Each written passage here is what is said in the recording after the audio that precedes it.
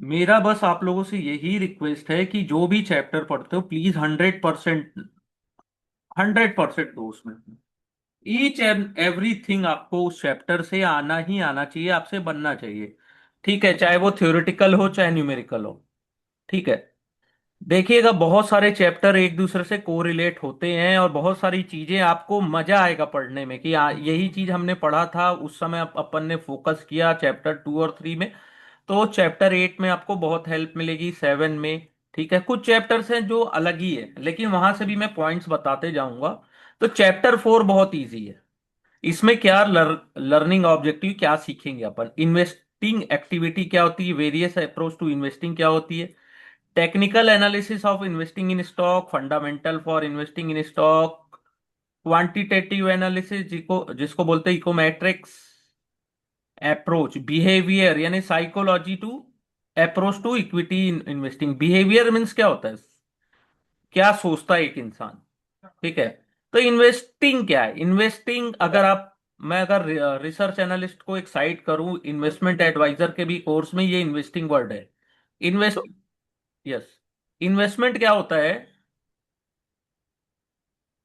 Investment क्या होता है कि सिक्योरिटी मार्केट के कॉन्टेक्स्ट में involve upfront commitment of some of money to earn return. Means हम पैसे दे रहे हैं, उसके बदले में अपन रिटर्न जनरेट करना चाहते हैं over a period of time.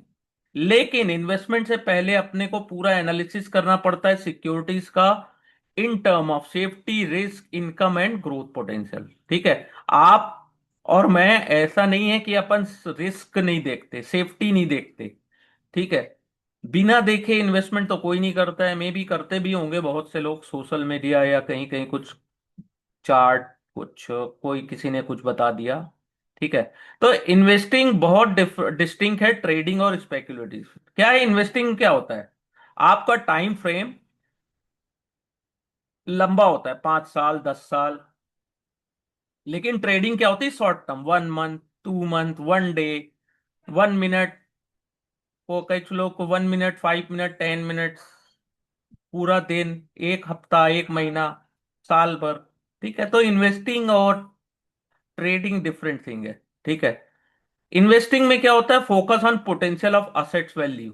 ठीक है, जो इंक्रीज होगी over a period of time. ठीक है।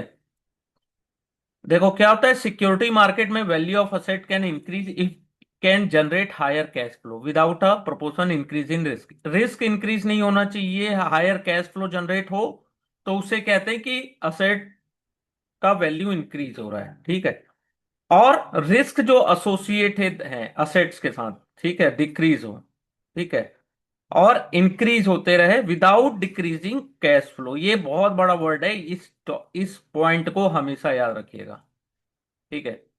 तो इन्वेस्टिंग में पहला आता है एक्टिव। एक्टिव में क्या होता है, investing involve identify specific security और सेट ऑफ सिक्योरिटी जिसे आपको बाय या सेल करना है। ठीक है। It involve constant evaluation of every security in investment portfolio. ठीक है। So that investor can sell security that are price above their fair value. Mean जो फेयर वैल्यू से ऊपर है उसको अपन सेल करते हैं, फेयर वैल्यू से नीचे है उसको अपन बाय करते हैं। ठीक है। तो इन्वेस्टर किसे बाय करता है, जो जिसका प्राइस उसके फेयर वैल्यू से बिलो। ठीक है। और ऐसी इन्वेस्टमेंट की जो स्ट्रेटजीज है, ज्यादा एफर्ट लगता है, ग्रेटर नंबर ऑफ ट्रांजेक्शन भी लगते हैं कंपेयर टू पैसिव। इसका क्या मतलब है कि अपने को buy sell means transaction cost high होता है। ठीक है। इसमें ऑब्जेक्टिव क्या होता है कि जो ब्रॉडर एसेट्स क्लास है जैसे निफ्टी है या कुछ एक बेंचमार्क है, उससे ज्यादा रिटर्न जनरेट करके दिखाएं अपन। ठीक है। सेकंड होता है पैसिव। पैसिव में क्या होता है, investing involve investing in broader set of security that fairly represent the asset class investor need to invest. ठीक है। पैसिव में क्या होता है, इंडेक्सिंग स्ट्रेटजीज होती हैं, वहां पे अपन बाय करते हैं ऑल सिक्योरिटी जो इंडेक्स का पार्ट है। ठीक है। और पैसिव में ऑब्जेक्टिव क्या होता है, passive investor is to earn rate of return that selected assets class provide. जितना है असेट्स का इंडेक्स का उतना भी मिल जाए तो बहुत है, यानी कि उतना मिल जाए। ठीक है। तो ज्यादा कॉस्टली नहीं होता। ये दो चीजों से क्वेश्चन आते हैं। देखो चैप्टर 4 बहुत छोटा सा चैप्टर है, लेकिन 5 नंबर के क्वेश्चन आते हैं। 5। तो 5 नंबर कम नहीं होते। ठीक है। तो फिर वही रिसर्च एनालिस्ट की बात आ गई यहाँ पे, role of fundamental research analyst तो comprises of research and analysis. ठीक है। एनालिसिस क्या करना है, available information to arrive at conclusion. ठीक है। जितनी नेसेसरी इंफॉर्मेशन है उसको कलेक्ट करना है। ठीक है। जैसे एक कंपनी की एनुअल रिपोर्ट जो होती है वो ट्रीजर ट्रोव होती है इंफॉर्मेशन की। लेकिन क्या होता है कि कब कंपनी की obtaining thorough insight in the company business and profitability, ठीक है, एनुअल रिपोर्ट में होती है। ठीक है। और कई बार इंफॉर्मेशन इन एनुअल रिपोर्ट ज्यादा एडिक्वेट नहीं होती। क्यों? क्योंकि एनुअल रिपोर्ट पब्लिश होता है वंस एवरी ईयर। देखिए इस चैप्टर को पॉइंट टू पॉइंट पढ़िएगा, बहुत सारे क्वेश्चंस बनते हैं logical. Information contain in annual report start becoming dated with passage of time. क्या होता है, एक बार एनुअल रिपोर्ट आज पब्लिश हो गया, 6 महीने बाद हो सकता है कि उसकी इंफॉर्मेशन की वैलिडिटी खत्म हो जाए। ठीक है। या पुरानी हो जाए। ठीक है। 6 महीने पुराना अखबार कोई नहीं पढ़ता है। ठीक है। फंडामेंटल रिसर्च एनालिस्ट है ना, वो बहुत ज्यादा स्पेंड करते हैं time researching on the economy, industry and company. EIC बोलते हैं। ये क्वेश्चन कई बार आता है, फंडामेंटल रिसर्च एनालिस्ट किसमें फोकस करते हैं, economy, industry and company analysis. वो इंडस्ट्री के एक्सपर्ट से बात भी करते हैं, मार्केट में रिसर्च फर्म करते हैं, सेकेंडरी रिसर्च करते हैं कि इकोनॉमी में क्या हो रहा है, इंडस्ट्री में क्या हो रहा है, कॉम्पिटिटर के साथ कैसा चल रहा है। ठीक है। कंपनी कैसा कर रही है, कैसे बातें करती है, उनके सप्लायर, कस्टमर, एम्प्लॉयज से भी बात करती है। ठीक है। लेकिन फिर वही पॉइंट है जिसको अपन जानते हैं कि very information important research anal work of analyst should not involve collecting insider information, जिसे इनसाइडर इंफॉर्मेशन भी कहा जाता है। ठीक है। ये ऐसी इंफॉर्मेशन होती है, price sensitive information about a company that is not available to public public at a large. ठीक है। तो ये चीज अपन पढ़ चुके हैं, देखिए कितना इंपॉर्टेंट है। तो आप समझ सकते हैं कि इनसाइडर ट्रेडिंग, इनसाइडर इंफॉर्मेशन से क्वेश्चन आते हैं। अब दो टाइप का होता है, इनसाइडर इंफॉर्मेशन और मोजेक। अब थोड़ा डिटेल में देखते हैं होता क्या है। ठीक है। जब अपन रिसर्च करते हैं तो एनालिस्ट में कम अक्रॉस सम इंफॉर्मेशन जो पब्लिकली अवेलेबल नहीं है। ठीक है। It is not necessary that all information would be fall under insider. ठीक है। इनसाइडर क्या होता है, ऐसी नॉन पब्लिक इंफॉर्मेशन जो पब्लिश होने पे इमीडिएट अफेक्ट डालती है डिसीजन टू बाय और सेल द सिक्योरिटीज। ठीक है। और इंफॉर्मेशन को कंसीडर इनसाइडर कहेंगे depend upon source of information, कितनी रिलायबल है और कितना इंपैक्ट और कितनी सर्टेनिटी है उसमें। ठीक है। जैसे आप देखिए, इसको भी देखिएगा, यहां से कई बार क्वेश्चंस आते हैं कि CEO talking about unpublished acquisition proposal. ठीक है। अनपब्लिश्ड, इसका मतलब है CEO बात कर रहे हैं कि हम टेक ओवर करने वाले हैं, एक्विजिशन करने वाले हैं, उसे इनसाइडर इंफॉर्मेशन कहा जाता है। लेकिन एक एम्प्लॉय बात कर रहा है कि वर्कलोड बढ़ गया है, अपन एक परचेज डिपार्टमेंट, ठीक है, और अपने को employ talking about increase workload in purchase department, purchase department में बढ़ गया है। ठीक है। इसका मतलब है कि higher level of business activity है। ऐसी इंफॉर्मेशन इनसाइडर इंफॉर्मेशन में नहीं आती है। ठीक है। एनालिस्ट कलेक्ट करते हैं information from different source which individually may not be significant.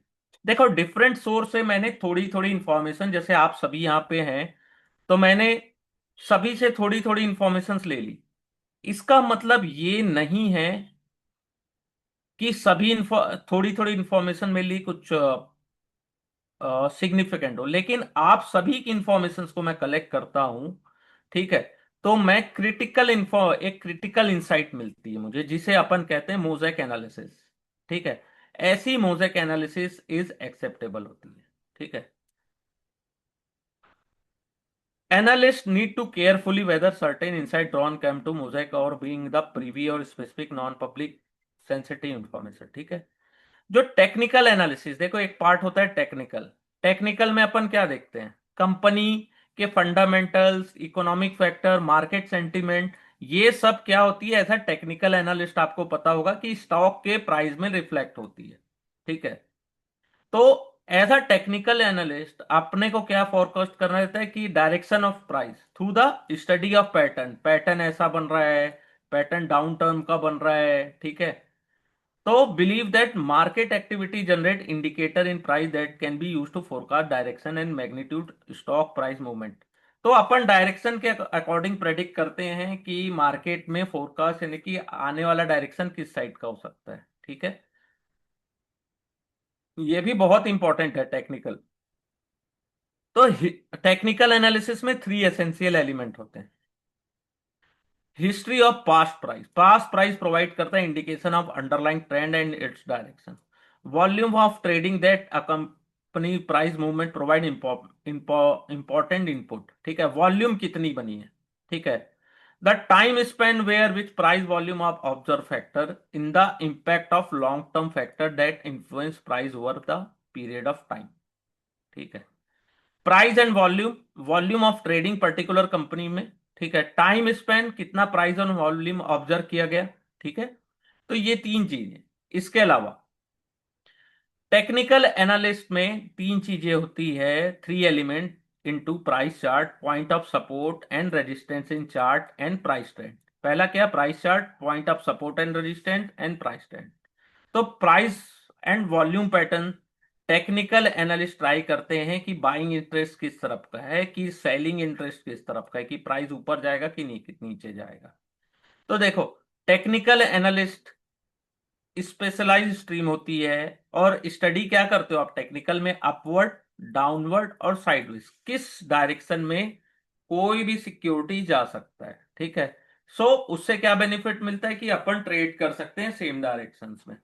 तो सपोर्ट एंड रेजिस्टेंस से एक क्वेश्चन आया था एक बार कि सपोर्ट किसको कहते हैं, ठीक है। मार्केट गिर रहा है, सेल है, और वहां पे एक पॉइंट के बाद गिरना बंद हो गया, वहां से थोड़ा सा अपसाइड लेने लगा, तो ये स्टॉक का सपोर्ट हुआ।